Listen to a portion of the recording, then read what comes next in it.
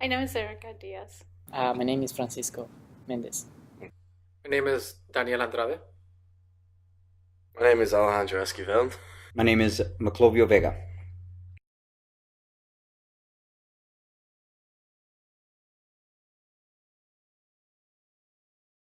If I could go back in time and do something over, the only thing that I can see doing a little bit different is that I would go to college right after high school. I got married and I had a child probably a year after I finished high school and stopped going to college for a while until my son grew up. And now that I look at it, it wouldn't have been that hard to go to college while raising a child. I felt that at the time I felt that I had to be there for him all the time, and I couldn't just leave him with a babysitter. I couldn't do anything until he had grown up. And now that I look back, I think I could have done online classes. I see so many options now for finishing college right away. I would work even harder. Yeah, what would I do differently about or if I reflect on my life? If I had a lot of these, I have a lot of ideas that are like swirling around in my head, um, and just things that I reflected on that, where I've made mistakes. And, I think looking back, I would say that there was a part of my life that I think my parents made it too easy for us. They made it too easy for us. They gave us a lot. They were successful. They worked their butt off, right, to give us what we had. They built this house in New Berlin. I mean, they did a ton for us, and I feel like my sister and I, my brother, I think we all sort of just maybe had it too easy. And when I think reflecting on that and saying that we had it too easy, I think of um, we didn't do enough, you know, to give back, to get involved, and I think of some of the the people that I see in our community today, young people that are super involved, super committed, to helping out with great causes. I felt like we talk about some of these things around being privileged. I feel like I was privileged, in those years, middle school years, because I feel like I had a lot that I didn't even, I just sort of just assumed everyone had it. Everyone had what I had. But that wasn't true. And it didn't help that we went to New Berlin and, I saw the sort of disparities, with other kids in New Berlin Eisenhower. So I would notice, hey, I don't have certain clothes or I don't have certain shoes or whatever. So I would tell my parents that, and they would try to do their best to give us what all these other kids had. Um, Maybe that was a mistake, because I think a lot of times your parents try to give you sometimes exactly what you want, but not necessarily going to be a good thing. And I think that was a situation I felt like I was in, where, you know, really, like instead of just sort of like seeing that, hey, there are a lot of your cousins, a lot of people that you grew up with back in the south side of Milwaukee that don't have what you have, and for that matter, you're not even volunteering, you're not doing anything to help out the community. You're going to this great school, getting great education, and that's something that I'll reflect on. I feel like that I don't think I appreciated. That I had what the opportunities I had, and then I wish my mom would have pushed us harder and wouldn't have given us such an easy ride. And it just made it harder for us to, so then harder in the sense that realizing that that we are privileged, and that there's things that you should think about, and try to maybe spend some time to do your own sacrifices. So I think that's, thinking back, those are some of the things I probably would wish I could go back and do differently. What would I have done in my life differently? So I know this may sound very cliche, but I will say that I wouldn't change anything different. I think that everything that I've done has led to a reason. So for me, the lessons that I've learned through the mistakes that I made, I think that helps me be a better human being. So I don't think I do anything differently. What I think I would do differently, though, is I would try and help more individuals than I currently am. If I had the chance to redo anything in my life, it would be to value my education a little more. Um, there is always a little bit of a disconnect between me and my education and I, um, just because of you know whatever reasons that my younger self felt there was, um, but in the process, I didn't look outside myself and realize just how much my parents were contributing uh, in order for me to, you know, become uh, become a better person, um, through critical decision making, through uh, you know being in a class with people who have a lot of opportunity and being able to network with them and talk with them. I would take a step back and realize that yes, all that is great, but also making the most of that education while I was there, um, being devoted to that school, and being being the best student, a better student. I would redo that. The, the, the, the day before my mom um, went into a coma, um, I was so busy with work stuff. I We had our typical conversation, quick, fast. So I would have.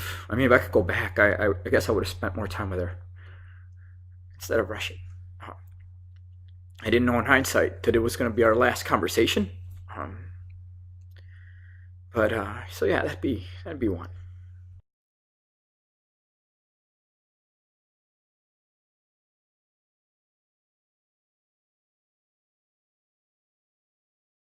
The one thing I would like to know, everyone, that I could share about my family is that they're they're very private. It's hard if I invited anyone over to a family event. My family is very, very friendly and talkative, but they're very guarded. I think they're not. They will seem very friendly to you, but I know them and I know how much more fun they are and how awesome they are, and they're a little bit guarded. It takes a long time for them to let someone in. It's but once you do, you're in. You're part of the family. That family is always there to support you, and that you have to love them and also support them and be there for them and grow together as a family. Yeah, what would I like to share, or how I would describe, something about my family? It's big. It's so when I introduce or talk about my family to someone or share something about my family, I describe it as a very big family. My dad's side has 10 brothers and sisters. My mom's side has 9 brothers and sisters. Um, like a simple, birthday party, you would think, you got some cake and, you got, maybe like a handful of people to show up and most thing have a birthday, right? For our kids, our birthday, it's sort of by default.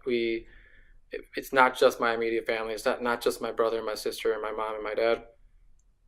It's going to be my extended family. We extend the invite to all of my extended family, and most of our birthday parties will be 50 plus people.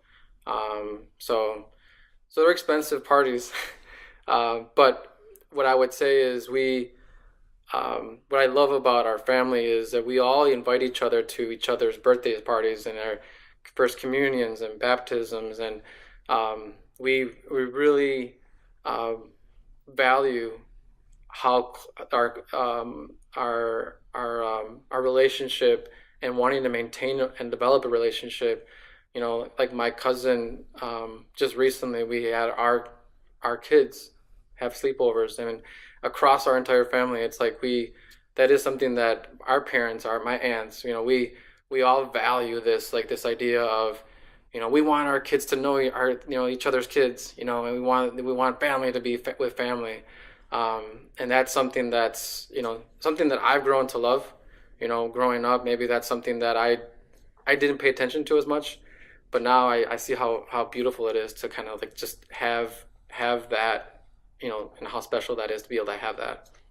What I would really like people to know about my family history is how proud I am of what my father has done. Um, when you look at an individual who in middle school had to go pick cotton with his mother to help his family to eat and to live, that amount of sacrifice, I don't know if I could do that. Um, I would like to say I could, but the essence of a man, of a Hispanic man to do that, I think says a lot about our family. And the other thing is, it's hard to say, although I don't know Spanish. Um, the reason why I don't know Spanish is a great story. And I think that my father did not do anything to harm us. He just wanted us to be better than what he was.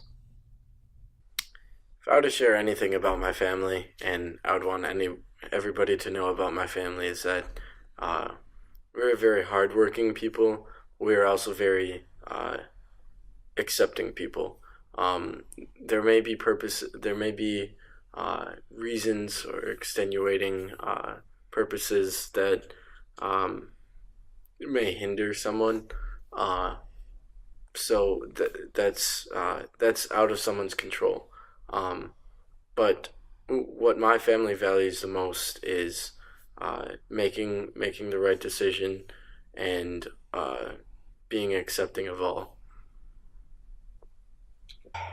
What do I want people to know and remember about my family? Well, both my mom and my dad were determined and persistent. Both of them were actually deported several times after coming to the U.S. separately, but they were deported. But they were insistent on coming up here to have a better life, and my mom, to have a better life for her children. And so that determination, that drive, sticks with me now. That if these two poor kids from Mexico can put everything on the line, leave the comfort of their family to come up to Wisconsin, not California, not Texas, but all the way up to Wisconsin, and if they can do that, then heck, why can't I go to college? Why can't I, right? It really puts things in perspective. So that's the one thing I want people to remember about my parents. It was their determination.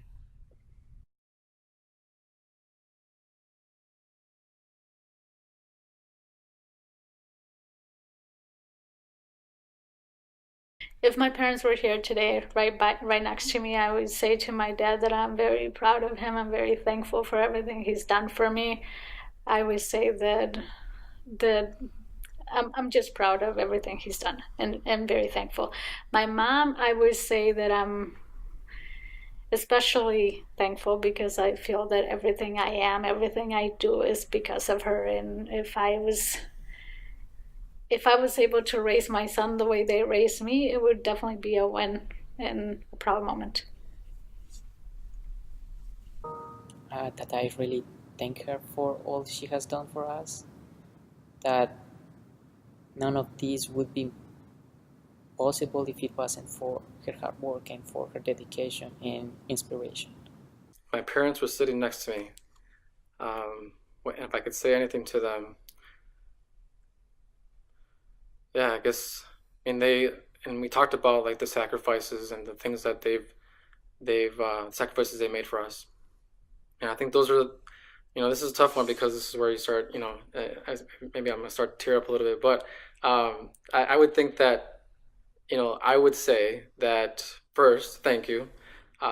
They both sacrificed in different ways, and I would tell my dad that I think he's incredible, an incredible person with an incredible heart, and all what he did, and just I can't even imagine you know, well, I can imagine a little bit because he from right after I graduated high school, he he encouraged me and actually just signed me up to where his a recycling firm.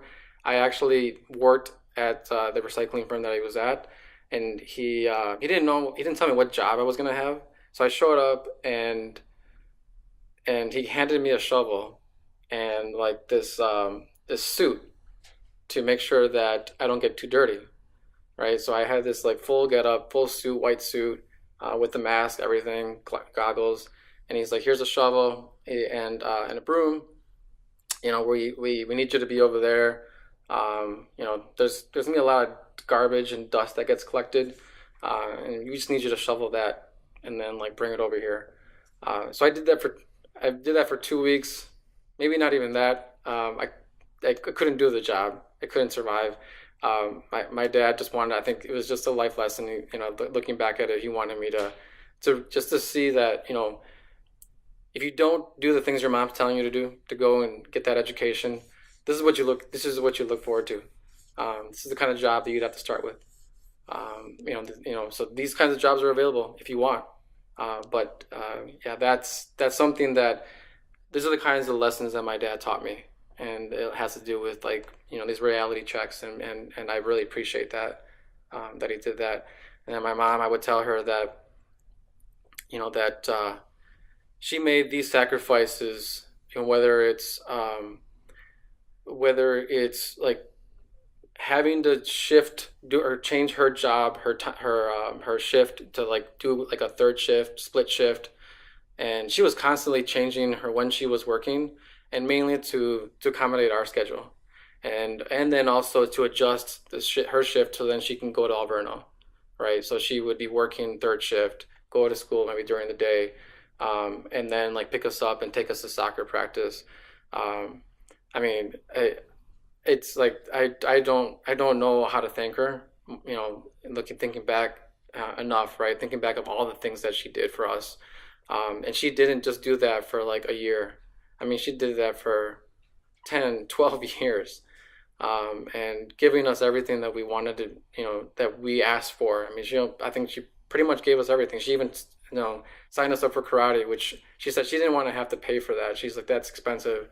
Taekwondo classes are expensive, but yet like they signed us up, and we took Taekwondo for a couple of years, my brother and I, and I mean those it's incredible, like thinking back and reflecting, and I've done this before, and I've had some similar conversations, and these are I mean these are things, sacrifices that I'm not even in a position to make those kinds of sacrifices and the same level of sacrifice that they made for us with my own kids. So super grateful for that. What would I say to my parents if they were both sitting here? So first and foremost, my mom has passed 3 years ago, and being the matriarch of the family, that really it was really a difficult time. My dad is still living, although he's dealing with dementia and Alzheimer's. Um, I would just say to them, and it's hard probably to say without crying, but thank you for everything that you did, and that you really raised three boys to become men, and men who have been able to overcome so many things. We didn't have the guidance of my parents being able to help us with our homework or read and write documents or even when you're going to school and taking out loans, they didn't know what a loan form looked like. And so we did it all on our own, but we did it on our own with our parents on our shoulders. So we had three little boys in our family who had to help my parents with writing out checks, with paying bills, with going to doctors and helping them through that whole experience. So I would say that they did their greatest wealth was raising three productive men. If my parents were here right now and I could say anything to them, I would say that I'm proud of them for allowing me and helping me to become the man I am today, and to thank them for all the sacrifices and all of the things that they have done in order to get me into the position I am today. So my dad, that one's easy. What would I say to my parents if they were here? My mom passed in '06. That's when she died, 2006, early. But if she were here, I would say, hey, you know, I hope you're proud of your kids. The youngest, Yesenia Arroyo, she's my little sister. She went to Marquette. She graduated. She's a teacher now at Bruce Guadalupe, teaches K3, right? And so I guess I would say I hope you're proud of what your young daughter has become.